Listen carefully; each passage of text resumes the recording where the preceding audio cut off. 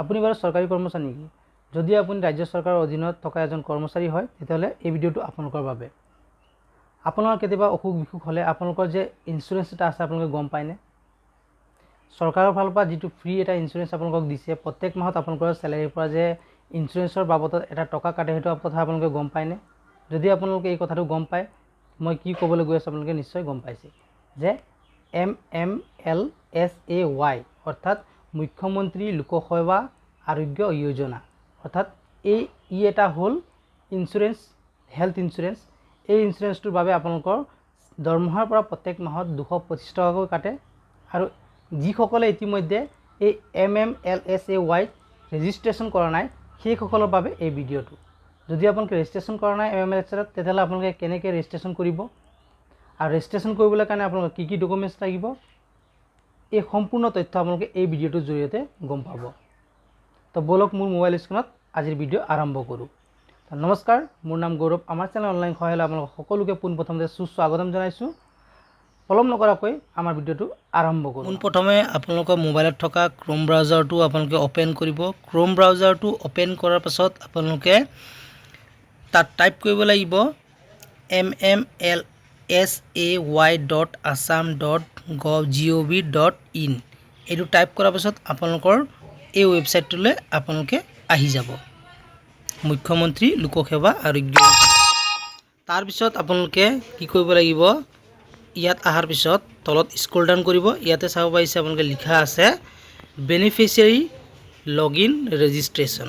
ইয়াত আপোনালোকে select one বুলি লিখা আছে, ইয়াত ছিলেক্ট কৰিব। ছিলেক্ট কৰাৰ পিছত যিসকলে এমপ্লয়ী হয় এমপ্লয়ীসকলে এমপ্লয়ী ছিলেক্ট কৰিব আৰু পেঞ্চনাৰসকলে পেঞ্চনাৰ ছিলেক্ট কৰিব।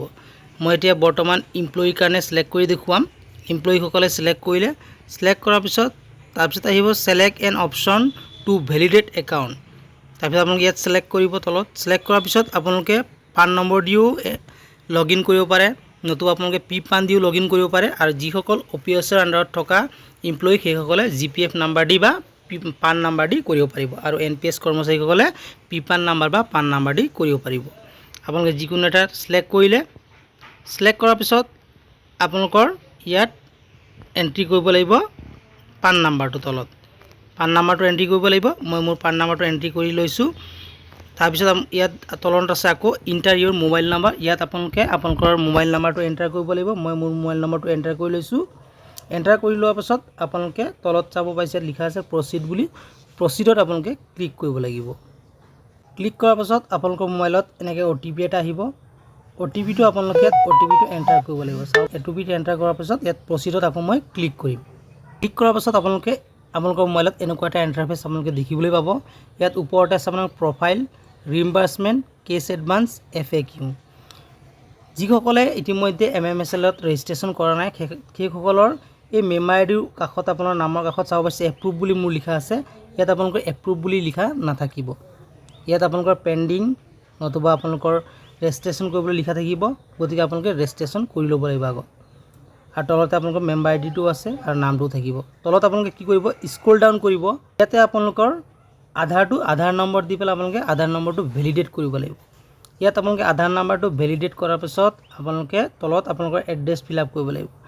এড্ৰেছ ফিল আপ কৰাৰ পাছত আপোনালোকৰ এড্ৰেছটো ফিল আপ কৰাৰ পাছত আপোনালোকে ছেভ বাটনত ক্লিক কৰিব লাগিব। ছেভ বাটনত আপোনালোকে ক্লিক কৰাৰ পাছত আকৌ আপোনালোকে ওপৰত নিব। ওপৰত নি পেলাই আপোনালোকে ইয়াত চাব ফেমিলি এণ্ড ডিপেণ্ডেঞ্চ বুলি লিখা আছে। ইয়াত আপোনালোকে ফেমিলি এণ্ড ডিপেণ্ডেঞ্চত আপোনালোকে ক্লিক কৰিব লাগিব। ক্লিক কৰাৰ পাছত আপোনালোকে ইয়াত আপোনালোকৰ ফেমিলি আৰু ডিপেণ্ডেঞ্চৰ ইয়াত আপোনালোকে এড কৰিব পাৰিব। ইয়াত আপোনালোকে চাব পাৰিছে যে প্ৰথমতে আপোনাৰ নামটো থাকিব, আপোনাৰ ডকুমেণ্টছখিনি দিব, আধাৰ কাৰ্ড, পেন কাৰ্ড, আপোনালোকৰ এমপ্লয়মেণ্ট কাৰ্ডটো দিব। তাৰপিছত আপোনালোকৰ এইখিনি তথ্য দিয়াৰ পিছত আপোনালোকে ছেভ কৰিব। তাৰপিছত যদি যিসকলে বিবাহিত তেখেতৰ ৱাইফৰ নাম দিব, মিছেছৰ নাম দিব তেখেতে। তাৰপিছত আপোনালোকে মিছেছৰ নাম দিয়াৰ পিছত যদি আপোনালোকৰ ল'ৰা ছোৱালী আছে তেতিয়া আপোনালোকে ল'ৰা ছোৱালীৰ নাম দিব। ইয়াত তেখেতৰ আধাৰ কাৰ্ড, আপোনাৰ লগত ল'ৰা ছোৱালীৰ ৰিলেশ্যন থকা এটা আপোনালোকে ডকুমেণ্ট আপলোড কৰিব লাগিব। অৰ্থাৎ আপোনাৰ ল'ৰাটোৰ কাৰণে আপোনাৰ ল'ৰাটোৰ আধাৰ কাৰ্ডটো ইয়াত আপলোড কৰিব লাগিব আৰু আপোনাৰ ৱাইফৰ এগেইনষ্টত আপোনাৰ ৱাইফৰ আধাৰ কাৰ্ডটো আপলোড কৰিব লাগিব। আৰু লগতে আপোনাৰ ডকুমেণ্টছখিনি আপলোড কৰিবই লাগিব। আপোনালোকৰ ঘৰত যিকেইজন আছে ডিপেণ্ডেণ্ট সেইকেইজনে আপোনালোকে ডিপেণ্ডেণ্ট ইয়াত এড কৰিব পাৰিব। অৰ্থাৎ মা, দেউতা, ৱাইফ, আপোনাৰ সন বা ডটাৰ এনেকৈ আপোনালোকে আপলোড কৰিব পাৰিব। আপোনালোকৰ ভাই বা ভনীৰ আপডেট ইয়াত ডিপেণ্ডেণ্ট হিচাপে আপোনালোকে এড কৰিব নোৱাৰে। তাৰপিছত আপোনালোকে এড কৰিলে, এড কৰাৰ পাছত আপোনালোকে ইয়াত আকৌ চাব পাৰিছে ইয়াত নমিনি বুলি দিয়া আছে। এই নমিনিত যাব, আপোনালোকে ক্লিক কৰিব। ক্লিক কৰাৰ পাছত আপোনালোকে ইয়াত নমিনি ডিটেইলছ ফিল আপ কৰিব লাগিব। অৰ্থাৎ কাক নমিনি চিলেক্ট কৰিব, ৱাইফক নে আপোনালোকৰ সন্তানক।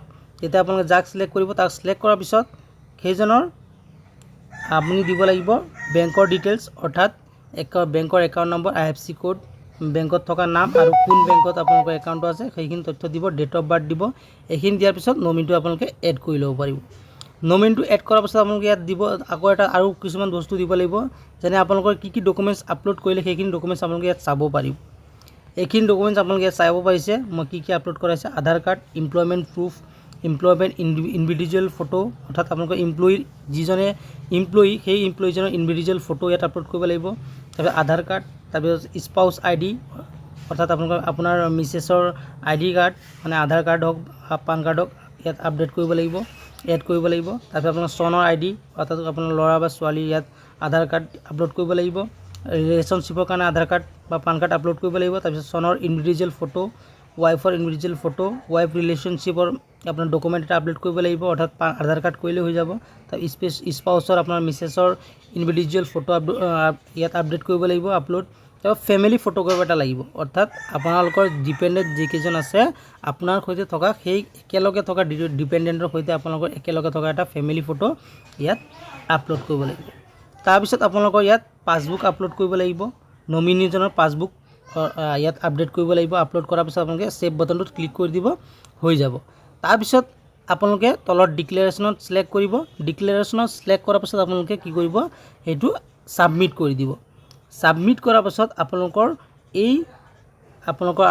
MMLSত আপোনালোকে যিটো ইয়াত ৰিকুৱেষ্ট কৰিলে ছাবমিশ্যনৰ কাৰণে, ৰিকুৱেষ্ট কৰাৰ পিছত এই বস্তুটো আপোনালোকৰ অনলাইন আপলোডটো আপোনালোকৰ DDO ওচৰলৈ গুচি যাব।